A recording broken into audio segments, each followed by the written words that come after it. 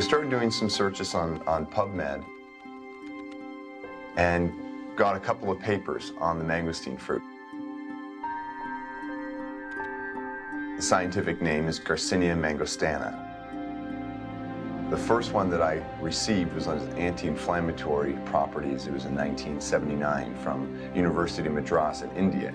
And anti-inflammatories are a big aspect of people's health, even though most people don't even realize it. But nowadays, people have a headache, they take an aspirin, which is an anti-inflammatory. They have joint pains, what do they take? An aspirin, which is an anti-inflammatory. And there's numerous side effects behind these.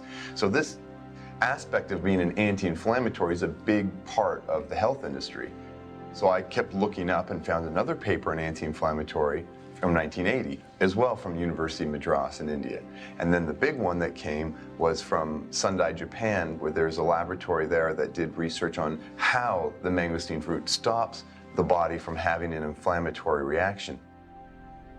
And that was a big paper to show what is a buzzword in the health industry is a COX inhibitor. It stops an enzyme in the body that makes your body have pain and swell and so forth.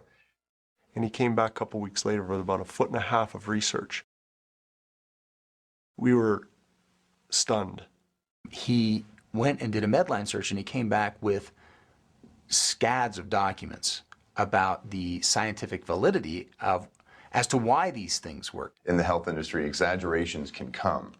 And Joseph and Gordon talk about 1.5 feet of paper research, and that is not an exaggeration. There really is 1.5 feet of research.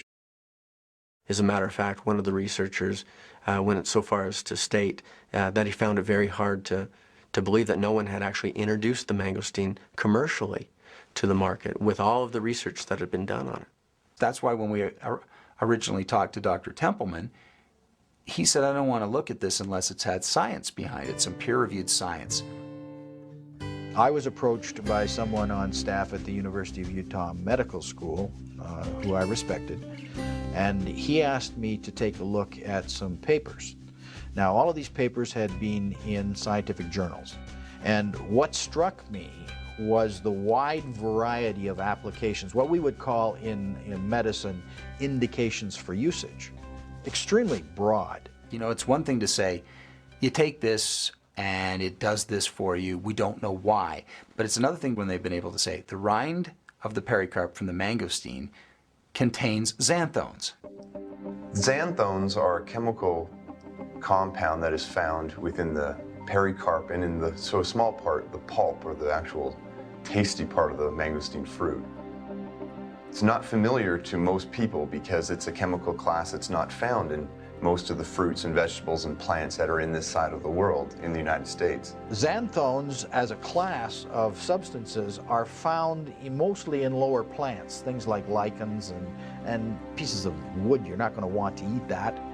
But the only fruit, really, that exists that contains xanthones is the mangosteen, and it contains 40, approximately, of the slightly over 200 that exist in nature. The thing about science is it does not give all of the answers, but it helps give an idea that there is something to this fruit. Groups of scientists that have done the studies have had their peers review it, and the peers come back and say, you know what, that's legit. That's legit science. The science that's required to allow a person to make a choice about what food they're going to eat is a whole lot less detailed than if you were talking about what medicine they were going to use. With supplements and foods, it's an entirely different question. I mean, people can eat whatever food they wish. This is not a medicine. This is a food.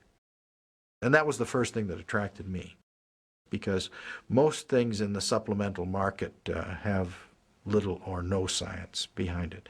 And you know, I'm a doctor, not all doctors are scientists, and I don't necessarily consider myself a scientist, but I want to know that science is there.